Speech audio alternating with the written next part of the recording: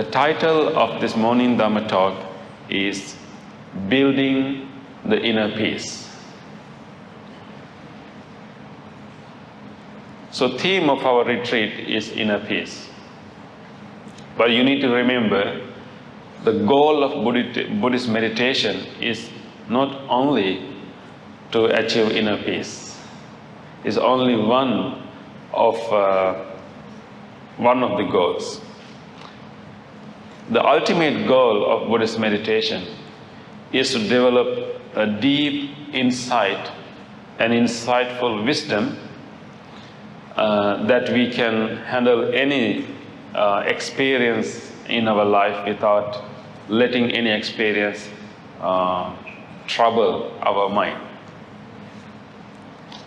So inner peace is only one goal of meditation, but insightful wisdom, to have deeper awareness, developing more deeper awareness of our own existence, what is happening within us, and then using that awareness to stay calm and stay alert and stay undisturbed is the goal of Buddhist meditation. But for these 2 days, we are paying attention to understand techniques, how we can settle our mind, how we can experience peace in our mind, which can be the basis for us to develop more insight, more vipassana, more insightful wisdom, which we will focus in our next weekend retreats.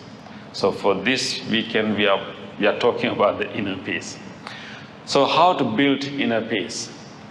Actually, when you deeply think about the inner peace, although we call it building inner peace, in real sense, we don't have to build anything.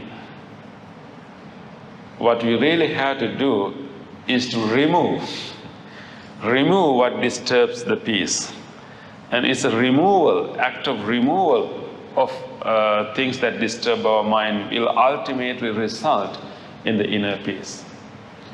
So instead of purposely building the inner peace, what we have to do is actually keep removing and keep dropping things that disturbs our mind. So when we deeply think about what disturbs our mind, what disturbs the peace in our mind, so when we ask that question, we will be able to find few things that can disturb our mind. Of course, when we live in the world, any sensory stimulant, sensory experiences can disturb our mind if we attend to them unmindfully and unwisely. So there are prominent pleasant sensory experiences that we are getting. There are also unpleasant sensory experiences we are getting. So our pleasant sensory objects can create more wanting of that sensory object, and unpleasant sensory objects can create our dislike and resentment and not wanting and want to get rid of that sensory object. So externally, when you think about externally, any extremely pleasant and also unpleasant objects can disturb our peace in the mind. But for that, we cannot change the world. There will be always, pleasant objects and unpleasant objects, and there are so many neutral objects that we don't, notice and we don't, pay attention much. So we need to develop an ability to notice the pleasantness and then also notice the unpleasantness, and then try not to use those initial experiences as a beginning of a long mental proliferation, mental, thinking.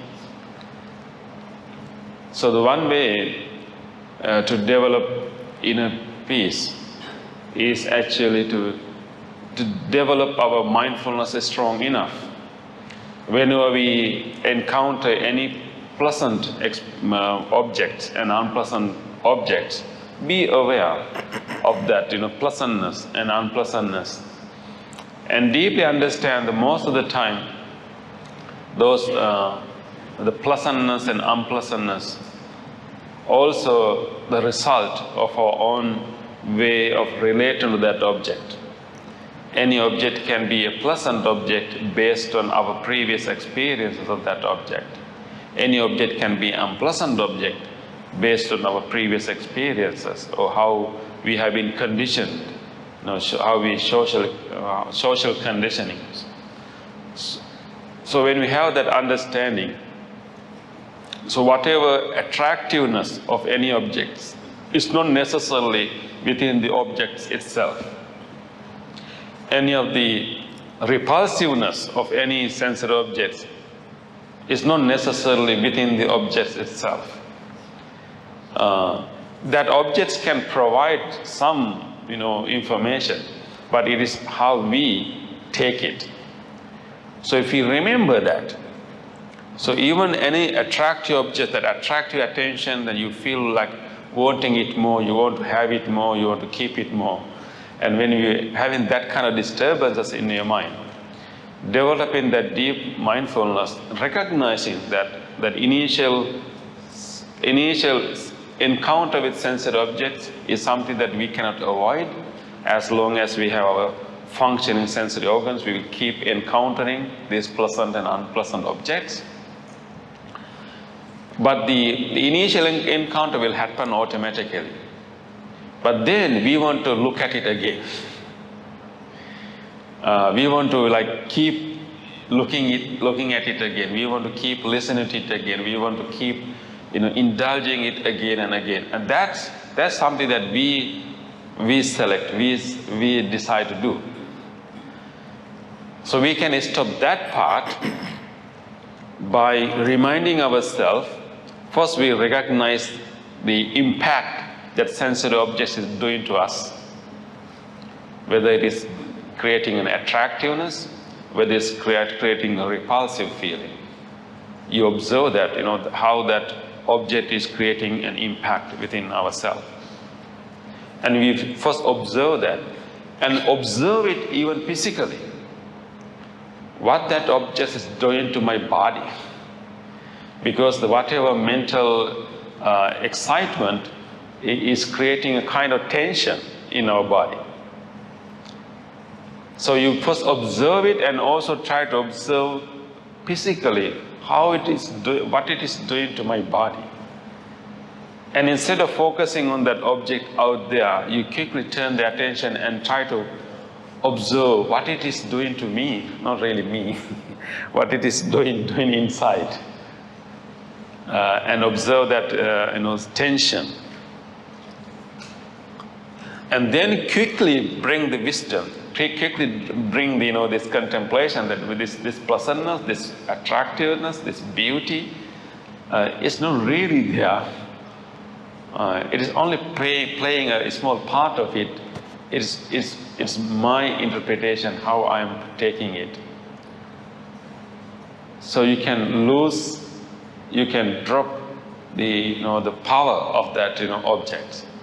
The same thing can be done to repulsive objects. So that's what we can do when we are going around. But in a meditative context, we try to experience inner peace by artificially removing all the disturbing sensory stimulants here. We have this nice hall, and we have decided to come out from our normal environments. We have changed our environment, we have changed our clothes, and we have also now observed the precepts. So we create an environment in which there are not many disturbing sensory stimulants around us. Right? This is a nice environment, Bhante, right? Very peaceful. You can really experience the peace here. But remember, it is artificial. Artificial means not in the bad sense, it's really constructed. It's like a bubble. But we cannot expect to be here, right? Brother, we cannot live here forever, right? Yeah. You need to close the door in the evening. So this is a protected environment. So we create it because we want to experience the capacity, the possibility that we have to experience deep peace. So then we purposely create this conducive environment, this protected environment, this bubble. So at least then we get the taste of the peace. But of course, when you go out, then you have to use, the other techniques. So here, in order to experience deep peace, so the disturbances of the deep peace are the attractive and repulsive sensory objects, but don't blame the sensory objects. Their attractiveness or repulsiveness is not entirely on those objects. It is how we take them. And our sensory capacities, how we interpret them, all are related. So therefore, understanding that is helpful. But in this environment, we reduce the possibility of having those stimulants. That is the first level of disturbance. That is why we learned yesterday with the simile of 6 animals, like those. As long as we are relying on our sensory organs, sensory faculties, we will be like pushing to that direction, to this direction, this direction, this direction, and we lose the freedom and we lose the peace. So therefore, we created this environment that we don't have much sensory stimulants, and then create some kind of peace, and then we suggest our mind an object of meditation that we can rest. Just like there is strong pillar or post that all the 6 animals are tied. So we suggest our mind, this is where you can rest. So far we have used 2 objects. One is loving kindness state of the mind, and the other one is breathing. But there can be many other pillars and posts too. So there are 2 types of posts that we use, as I explained to brother yesterday. One is we use a pleasant, maybe not pleasant actually, wholesome object. The wholesome object that is not related to any kinds of defilements. So the loving kindness, compassion, altruistic joy, equanimity, all the 4 Brahma Viharas are wholesome themes. They're not necessarily one object, but they are themes. So we can create thoughts around those themes. And then also there can be other wholesome objects like qualities or virtues of the Buddha.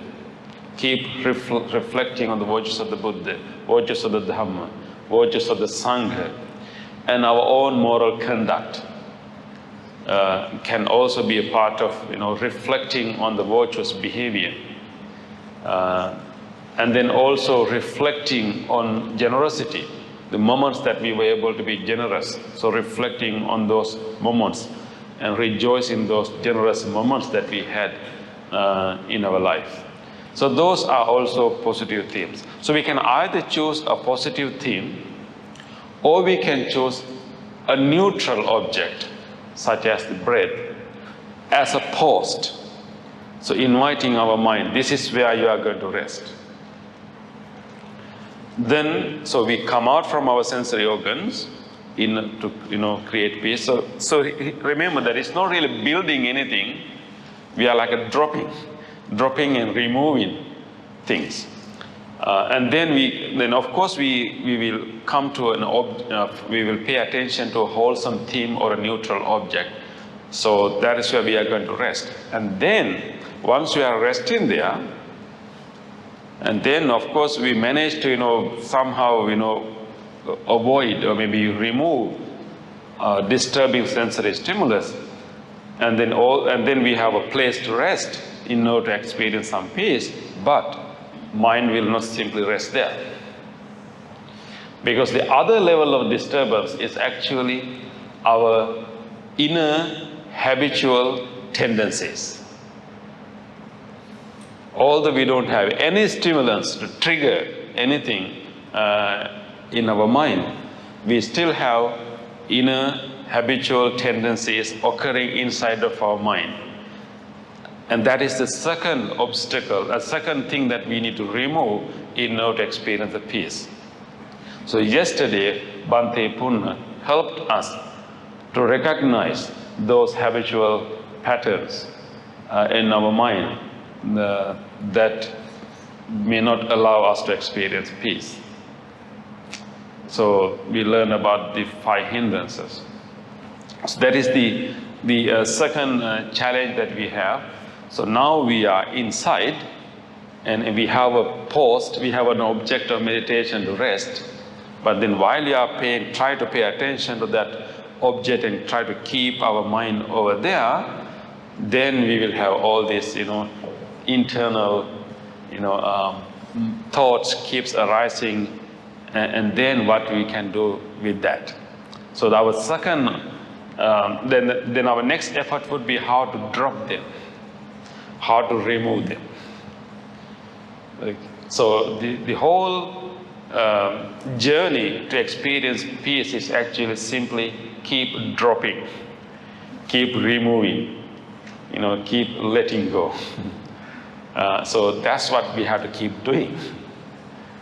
So the most difficult one would be actually to how to drop thoughts. These are the most difficult one to drop, right, Bhante? They can be so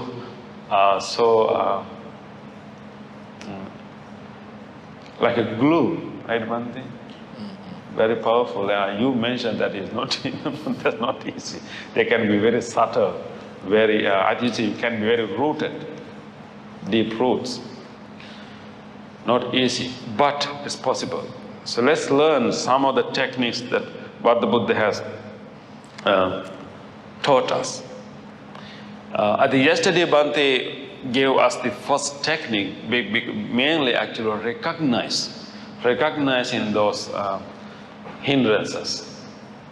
Because, those things can come to us very secretly. So we try to experience this peace, we have a meditative object, we are resting there, and without knowing, those things can creep into us, and without knowing, they can come to us. So the most important step in experiencing peace is to recognize, or I would say even detect. It is that we had to detect it, detect those internal patterns of thoughts, which we can explain in 5 different groups, what we call 5 hindrances. So while we are having this meditative object that we keep paying attention again and again, and then we have to be watchful of any other thought that arises. The one benefit of having a meditative object is then we become aware of any other thoughts that are coming that is not related to the meditative object. In our normal life, we have no one object. We simply keep think about this and think about that, talk about it, talk about that. There's no one decided in place, one theme. But when we decided, okay, this is what I'm going to pay my attention to, this I'm going to keep contemplating on, and then once you have that, firmly established on that object, and then you can recognize whatever other thoughts that can come to us, because they are not related to the object of meditation. And then, our next goal would be like when you are paying attention to your breath, for example, and try to experience it, feel it, and try to be with it, and then you will remember something. and then you will have some, wanting, or you will have some, dislike. Those thoughts can appear in a very subtle form. And so our next step will be to recognize those thoughts and notice them. And usually we don't do it in our normal life. In our normal life, whenever a thought occurs to us, we simply grab into that thought, and then we keep developing that thought. So in meditation, when we are paying attention to one object of meditation, we will not be able to stop other thoughts occurring to us, because the occurrence of these thoughts happens automatically as a neural habit. But what we can stop is actually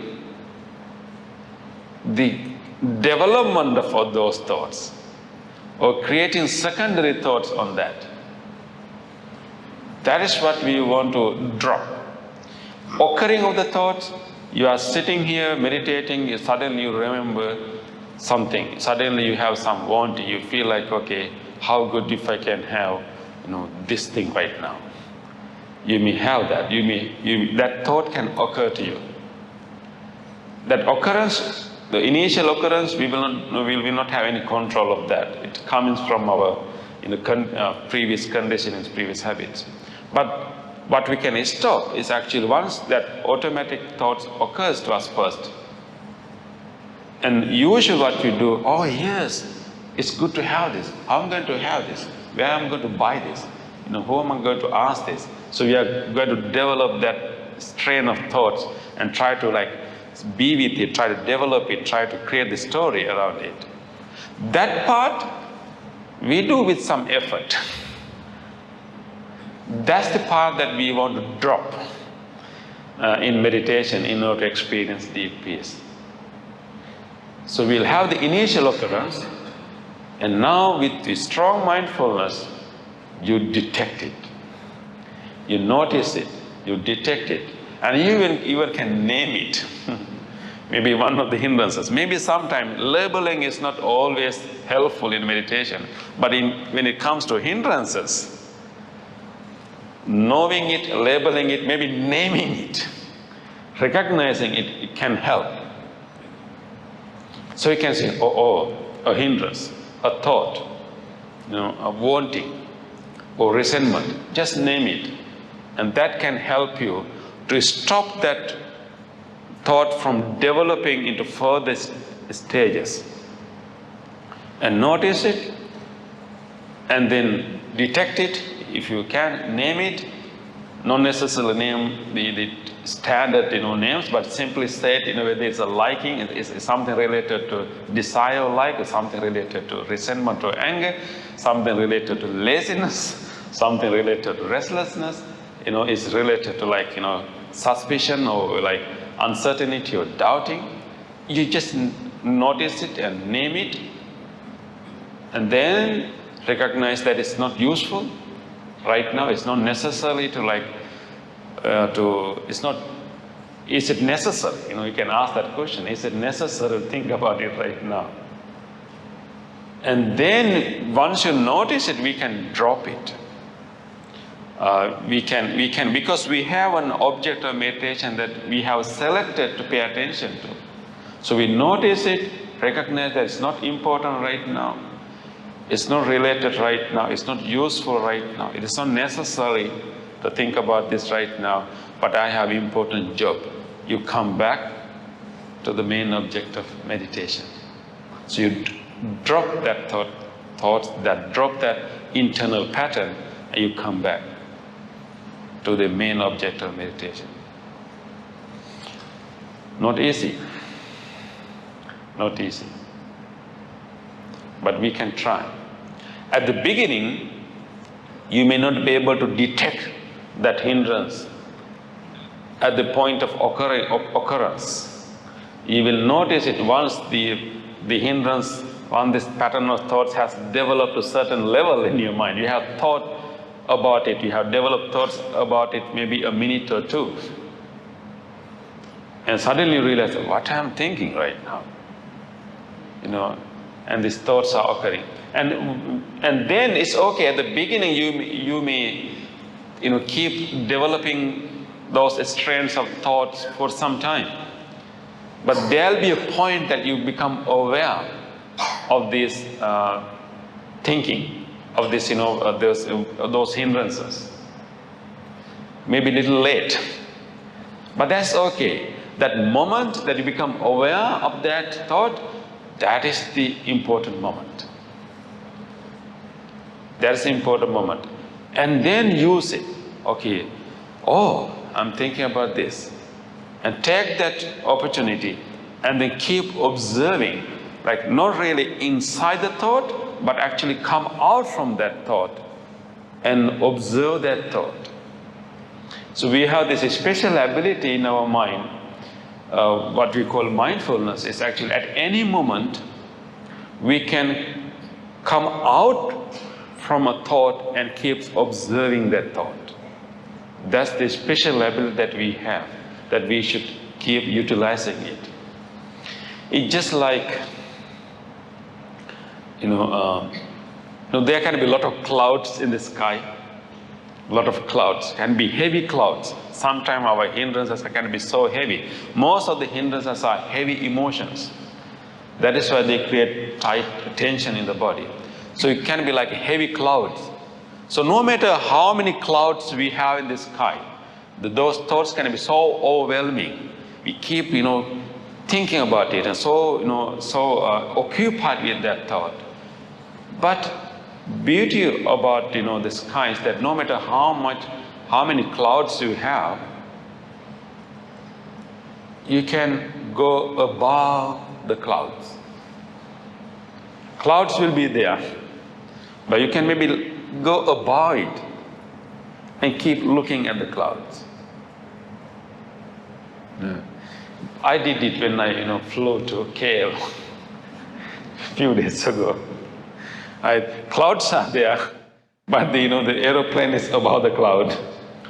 So I'm not in the cloud, but I'm watching the cloud from above. So in the same way, no matter how many powerful thoughts are occurring in your mind, moment that we become aware that I'm thinking, I'm having an emotion, or I'm angry, or I'm anxious, so maybe I'm greedy. Moment that you become aware of that, that's the moment that you can actually rise above.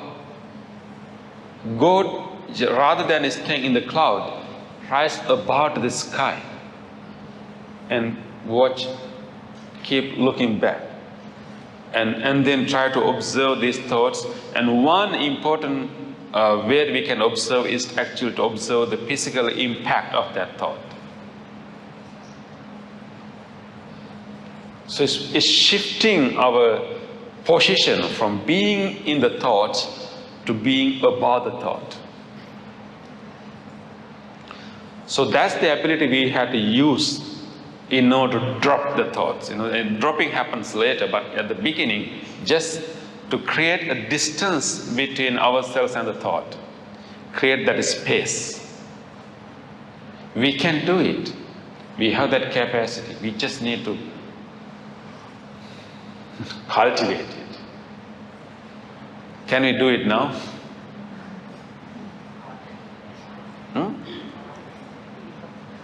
At any moment we can do it.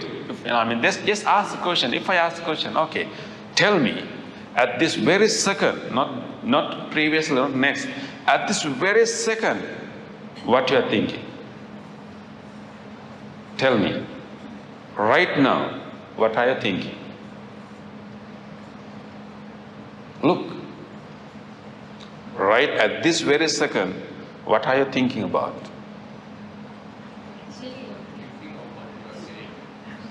Yeah. No, when you ask that question, you ask that question from yourself, what I am thinking? When you ask that question, it allows you to go above your thoughts and recognize what I am thinking. So the recognizing mind of your thoughts are not the thoughts. Right? So any moment we can ask that, when I ask what I am thinking, okay, so you can pay my attention to my own mind itself and ask, okay, what I am thinking? What I am thinking right now, maybe thinking what this Bhante is going to say next, whatever. And you recognize that thought.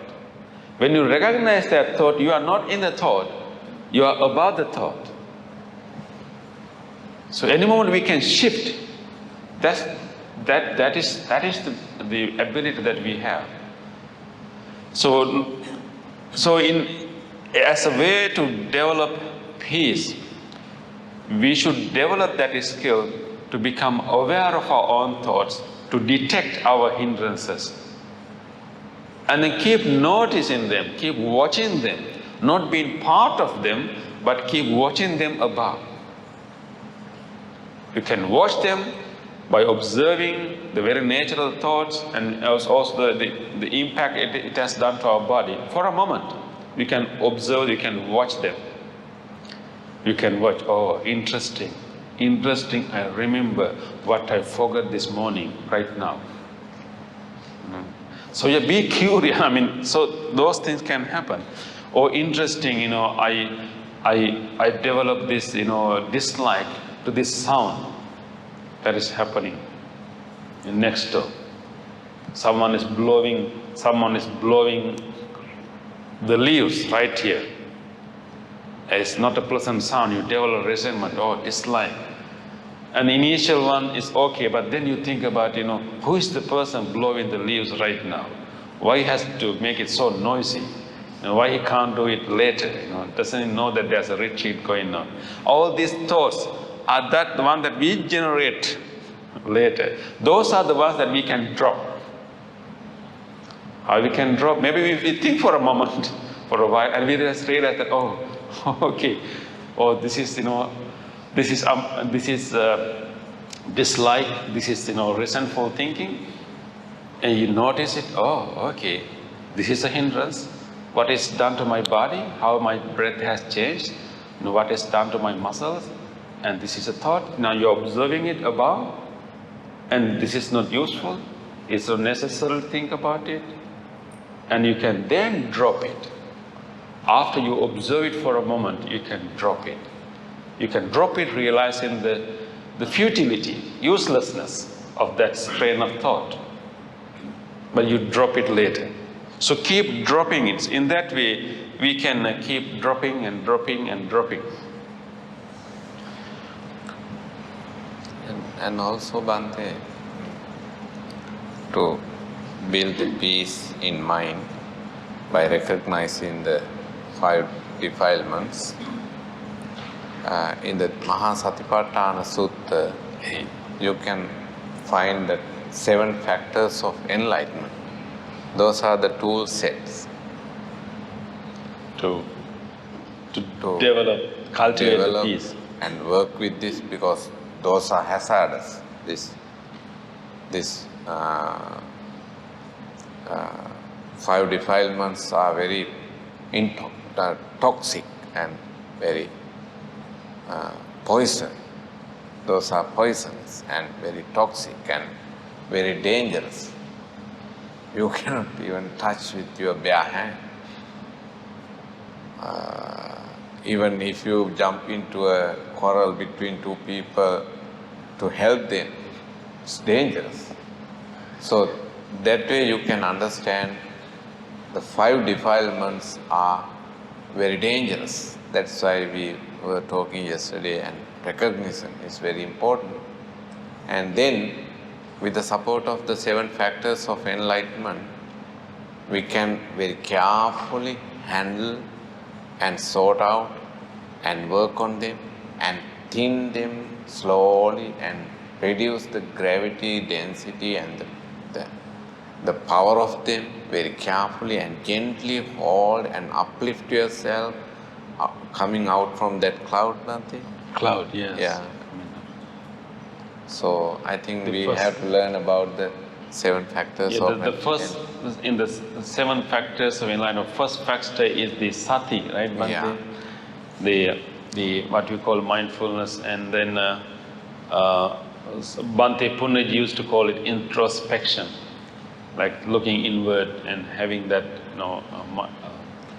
watching, right? And also in the definition of the sati in the suttas, it's like memory. Sati. Keeping in mind. Keeping in mind. And also remembering. Remembering, yeah. And repeatedly remembering, but with the non-judgmental awareness. Because judging and always interfering and personifying, claiming ownership, this is the main issue that we deviate from the practice. So always when you practice the mindfulness, you have to watch being outside. Then and there you can shift yourself into the Dhamma Vicaya. Yeah. Analyzing. So understanding, recognizing them as hindrances and then analyzing them. These different nature of these hindrances is what we call, and the outcomes of them. And yeah. If we keep thinking in the resentful way, if I develop this strain of thoughts, what will be the consequences? Yeah. The more agitations, more suffering, right? Yeah. So again, what we are getting here is actually peace is actually there in the mind, so to speak. We just have to remove the obstacles and keep dropping them and dropping and dropping and dropping, and then eventually we experience that peace. So that is what in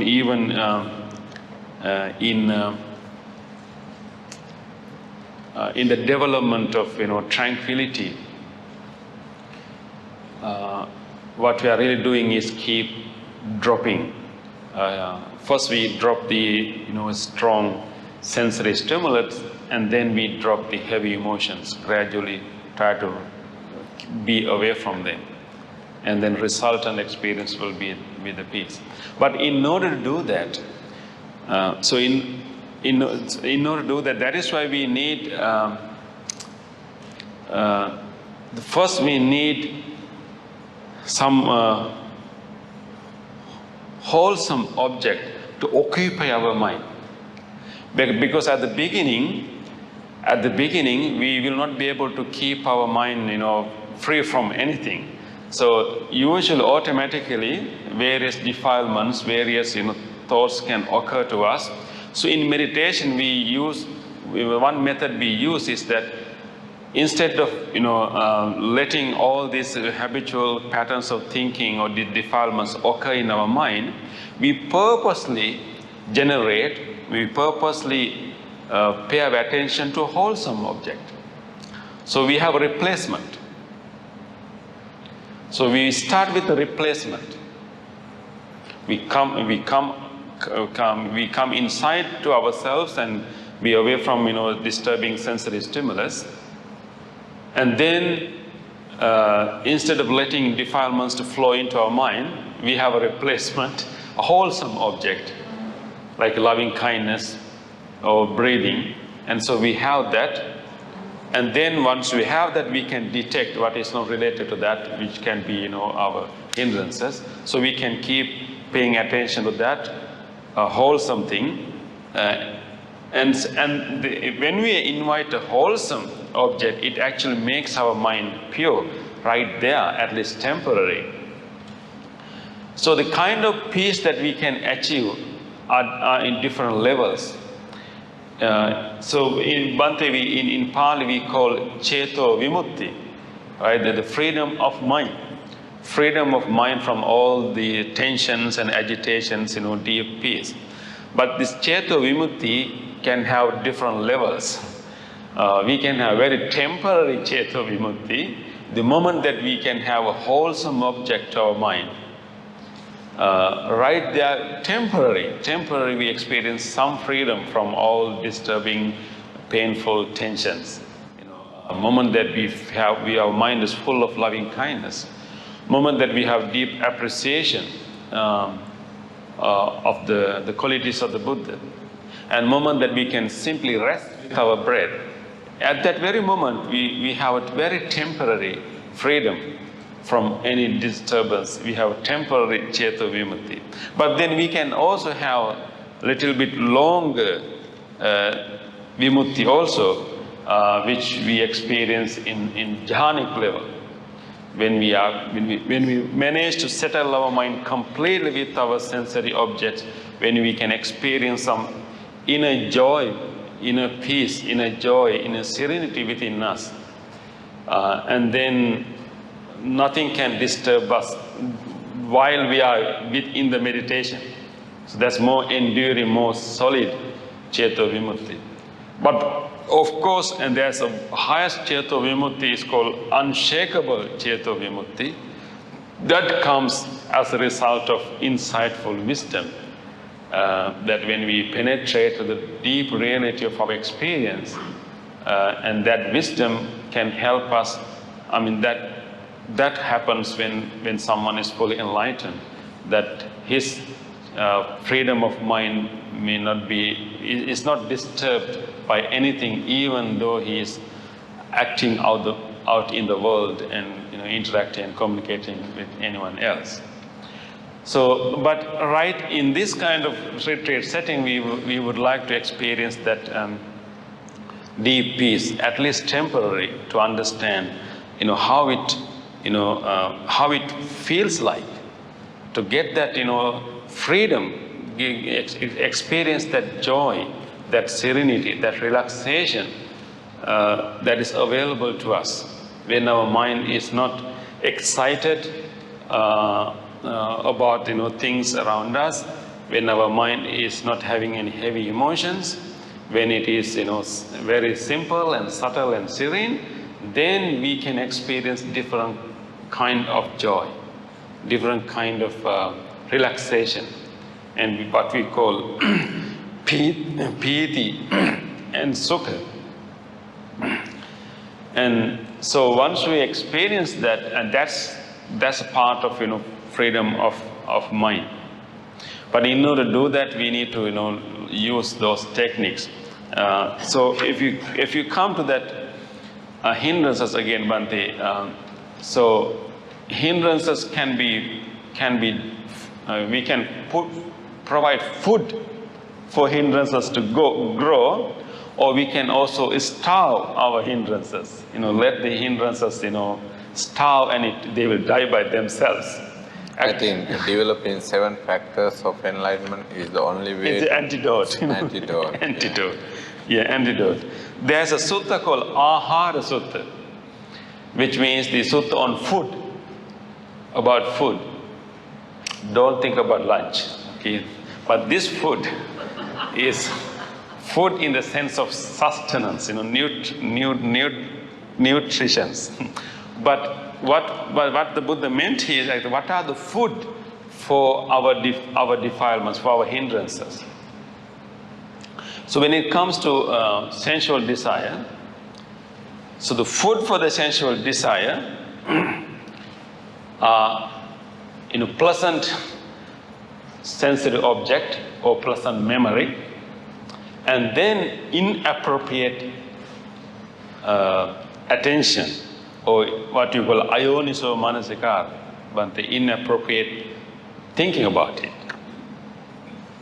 So same thing that we discussed before also, like how the sensual desire can grow in our mind is that whenever we encounter a pleasant object, or whenever we remember a pleasant, beautiful, desirable thing, and that's one, and then we develop thoughts around it inappropriately, maybe unwisely, unwise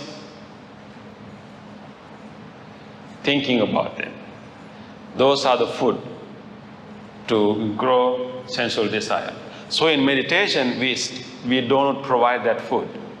We notice, we remember a pleasant thing, and then we quickly remind ourselves, we become aware of it, detect it, and then we remind ourselves that this pleasantness or repulsiveness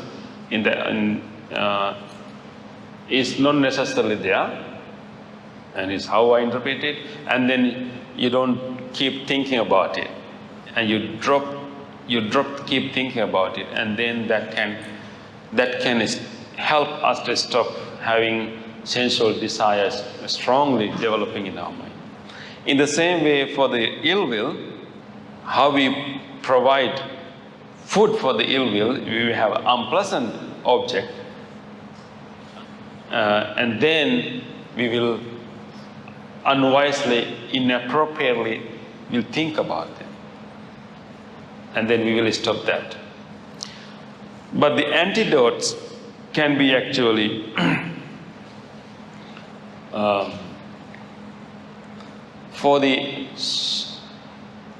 we can drop them, and then we can pay more attention to different kinds of joy that we are experiencing as a result of being away from these excitements. If we have some experience of the peace that we can experience when we are away from these stimulants, that experience of the joy can be an antidote for us to stop any more yearning for any new sensory stimulants. When you recognize that realm of joy, these are different kinds of joy that we can experience, like freedom from all the excitements. Usually we tend to take excitements as joy and peace, but there's also joy that we can get from the appeasement of any forms of excitements. And once you experience it, then that can help us not to have any yearning for any stimulant. For ill will, of course, the loving kindness. And when you deeply develop loving kindness, as Bhante guided us this morning, to have deep wish of well-being, and then of course what you call benevolent attitude and feelings to everyone, that can help us to accept even the irritable experiences, irritable moments, that can help us to accept them, embrace them, and not to develop dislike towards them. So there are antidotes like this for sloth and torpor. When they come, actually, that is mainly lack of energy, sometimes lack of interest of the meditative experience, lack of interest in the meditative experience. So we can develop more interest, become more interested and develop more energy, and then maybe we can, if it is too calm, and we can make it more active, more energetic. So developing the peace in the mind also involves in maintaining some kind of balance in the mind. So I hope that, so in this effort in developing or cultivating inner peace, what we had to do is actually recognize the obstacles, the hindrances, and then keep dropping them. And the more we drop them, the resultant peace will remain in our mind. So that is the effort that we are doing in this practice. So let us keep doing it. Hopefully we will be able to detect any disturbing thoughts or emotions occurring in our mind and notice them, recognize their impact to our body, and then contemplate their uselessness and maybe the consequences, and then we drop it and come back to our chosen object of meditation. So by doing that, slowly we will be able to experience, peace in the mind. So we will continue our discussion in the afternoon, particularly how to maintain such a peace. I think now it is time for us to go into another session of meditation.